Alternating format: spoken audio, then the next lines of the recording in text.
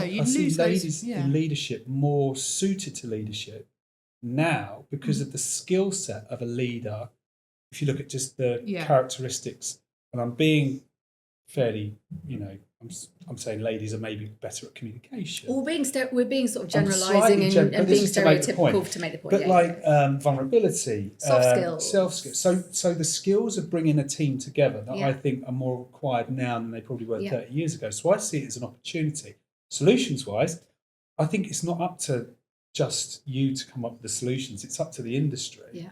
And to have tangible things in place where it's actually going to be encouraged. But let me go through some questions because I'm already starting this wheel turning, which is brilliant. But one of the first questions I wanted to ask you is, before we kind of got into these big subjects and topics, is can you just share, each of you, a moment in your career where you either felt overlooked or underestimated? And you kind of touched a little bit. I've already touched a bit, haven't I?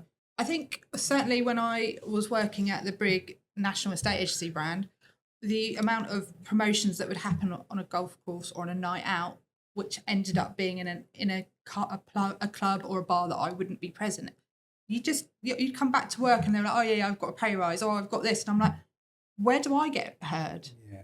And I'd never felt I actually got heard, and the appraisals weren't particularly helpful, as in I was talked at a lot. Yeah. It's all about KPIs, and I think it was a shame because I think I could have given so much more if I was felt heard. Yeah.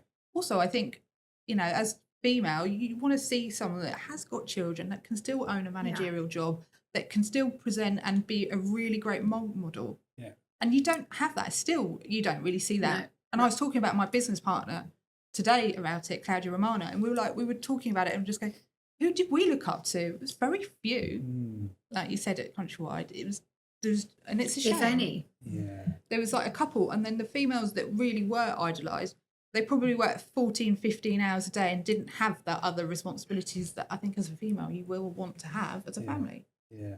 No, that's interesting. And I know you've mentioned you've come straight into the business ownership element. Yeah.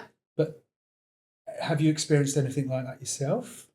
A chance you might have done. 1,000,000%. Give us an example from maybe outside the industry or in the industry. Well, what I found was, in part, I used to think, it's because Rex is really experienced as an estate agent, and he worked for the Modern House, and he worked for Winkworth, and he worked for KFH, and he's done, and he worked for Independence, and he's so much more experienced than me.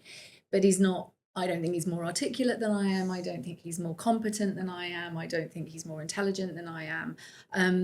And often I felt that I was overlooked, patronised. He was sort of, it was kind of palpable that he was seen as the boss. Right. I had to really fight for my space. And you talk to a lot of women in kind of senior positions and leadership roles in our industry and in other kind of similarly culturally male-dominated industries, sort of typically and historically. And they do talk about sort of having to really kind of sharpen their elbows to make that room to be heard. It's one of the reasons I come across as shouty and loud. It's because I use this analogy a lot. When you're saying to a kid, please tidy your bedroom. Right, and you start My wife says that to me. You start off at DEFCON. I always get it the wrong way around. DEFCON 5. Yeah. Or DEFCON 1, whichever way around it is. You start off please can you tidy your bedroom? And then you're like, come on, tidy your bedroom. I've already asked you 3, tidy. And then by the end you're like, you're fucking tidy your bedroom! Okay, and that is sort of the journey of my 12 years in a estate agency, which is, maybe I'm a little bit shouty and loud and calling it out. You're fed up. But honestly, I'm really fed up. Yeah. And I'm fed up not because I'm just fed up as an individual.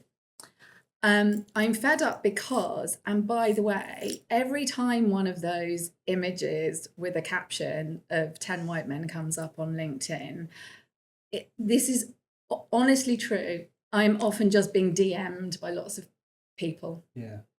Going, look at this, look at this, look at this, look at this. And I'm in a really privileged position, right? So I'm in a privileged position of owning my own business. So I can call it out. I can put my head above the parapet without fear of... role, there's no chance. No chance. damage the brand, be seen as toxic, stuff's going to stick to them, potentially fear of genuinely losing their job, right, or their livelihood. So I'm in that privileged position. I'm also white, so I'm hugely privileged in that sense. I'm a cisgender straight woman, right? So I have to use that privilege. So quite a lot of the time, genuinely, there's a sort of collective groundswell. Sometimes I don't even see these posts. They're sent to me. And it's almost like it's my responsibility to bring it to light. So the people that send it to you, do they not bring it well, to I think light? a Or lot are they of those asking you to do the people hard work feel for them? like they no, and it's not look, this isn't always the case. Sometimes it is off my own back, but there are lots of people who also then respond and say, thank you so much for continually calling this out. I can't do it because of X, Y, and Z. It's like the number of people I know who've signed NDAs when they've become pregnant.